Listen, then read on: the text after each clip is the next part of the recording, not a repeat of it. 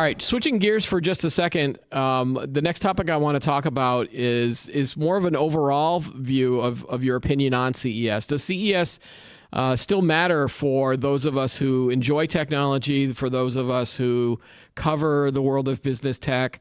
In this day and age where you've got instant information and social media and all these other things, and companies doing their own private events like Apple or Microsoft, things like that, does CES, is it still relevant in today's world, or is it kind of a bygone era from like maybe the last 20 years ago when that was really big in the 2000s and then 2010s?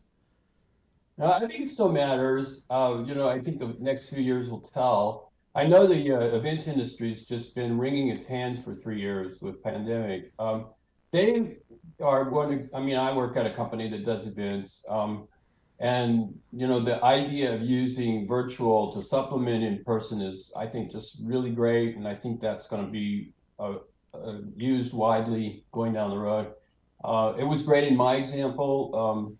So what you do when you write a story now is you go and you meet the guy, and sometimes like the exact shot, that the person standing there, a woman, was very instrumental in creating that machine, and so she really knows it. And the woman that created the e-ink for the car, I mean, she just for 2 minutes really talked to me about how hard it was to make that thing work. Yeah. So you don't get that very often from big companies, because they're not going to go find their engineer and put them on the phone with you. It's going to be the marketing guy or the CEO. Mm-hmm. So I think that's, and I think the head of CTA talked about this. He said this is like the 5-cent experience. I mean, I don't think that's a good description, but it's like that sort of quick serendipity kind of thing. Yeah.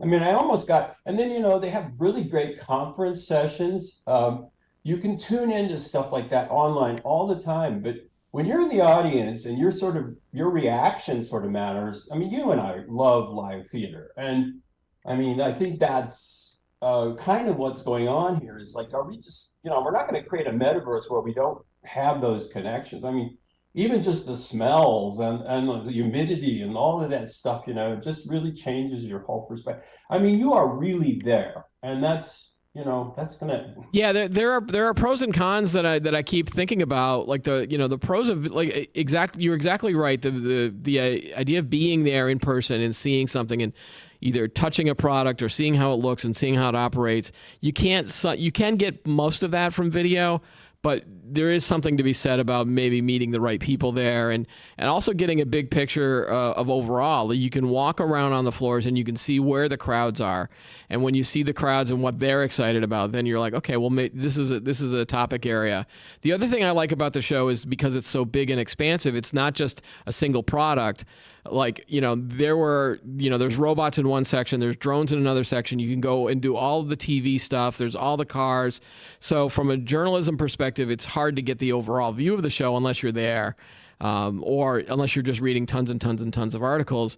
Like even, our colleagues over at PC World, most of their articles were all about, PCs and new laptops and monitors and the gaming rigs and things like that.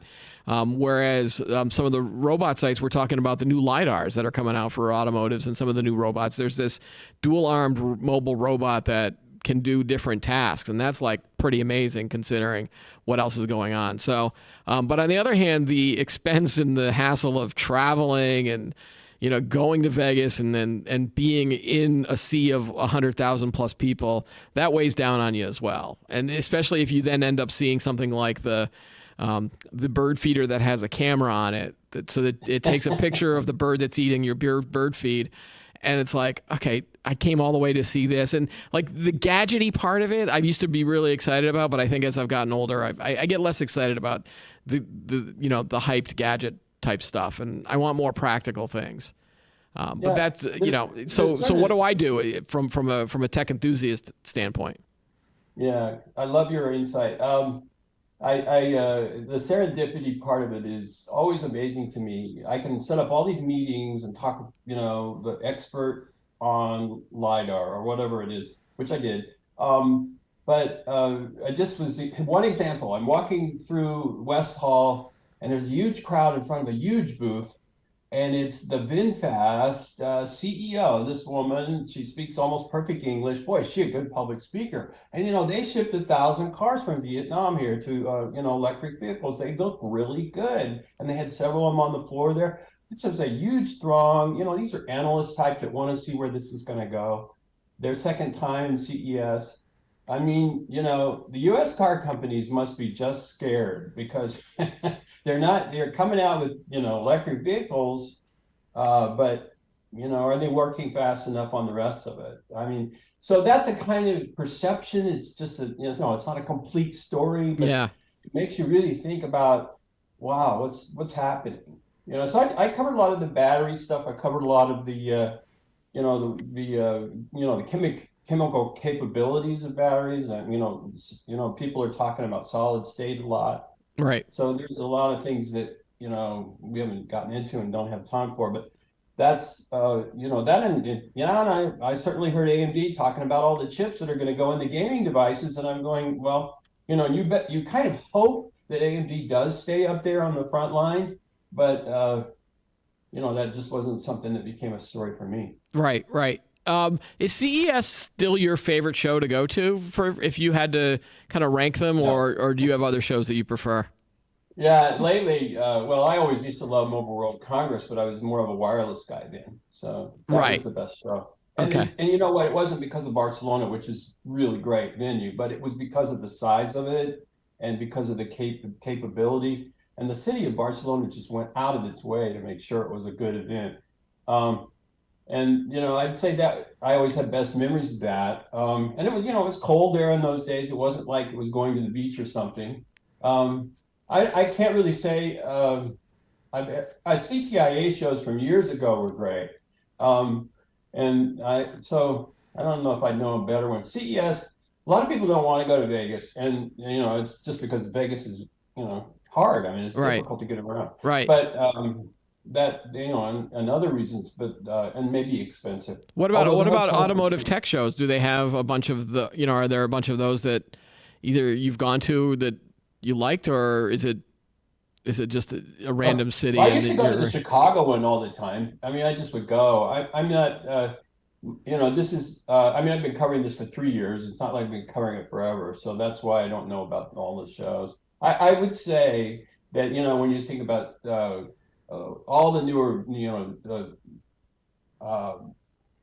Fisker. I mean, I interviewed the CEO of Fisker because just because of a show that he did. So he's you can tell which companies have the strongest CEOs, or the old line car companies, just like old line anything. I mean, they're going to spread out the offerings of products that they have as wide as they can.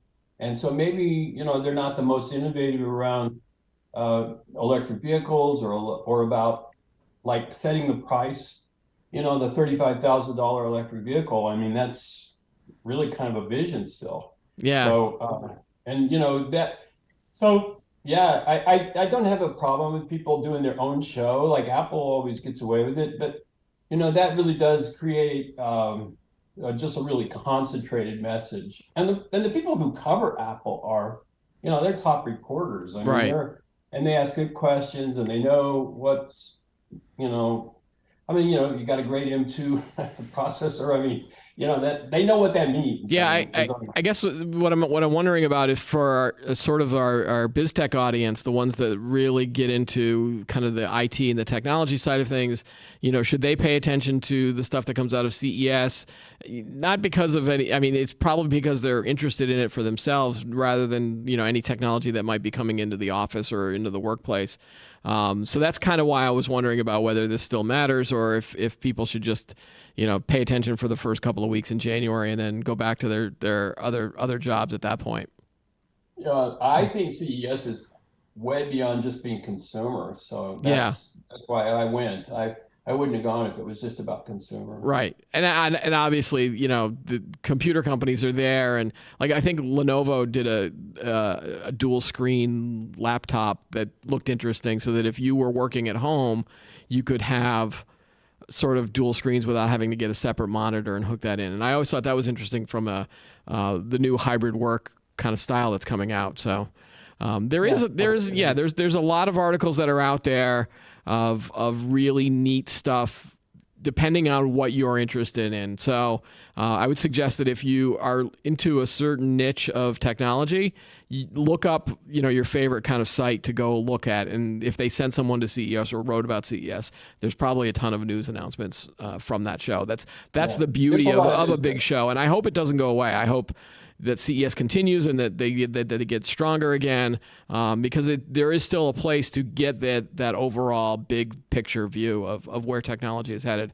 Matt, any final thoughts from you about the show? Are you rested? Did you get did you see a lot of people wearing masks, or did you get the CES cough? Not very many masks. No, and okay. I wore my mask almost 95% of the time. So, this part of me you don't see. I mean, it's okay. Because everybody's got different health things. I mean, everybody was respectful that I did, and I was respectful that they didn't. And I think, except for all of the raging numbers in China, I think people kind of feel like we're getting over it. But right, you just don't know. Yeah, I was starting to sense that last year as well at some of the shows that I was attending.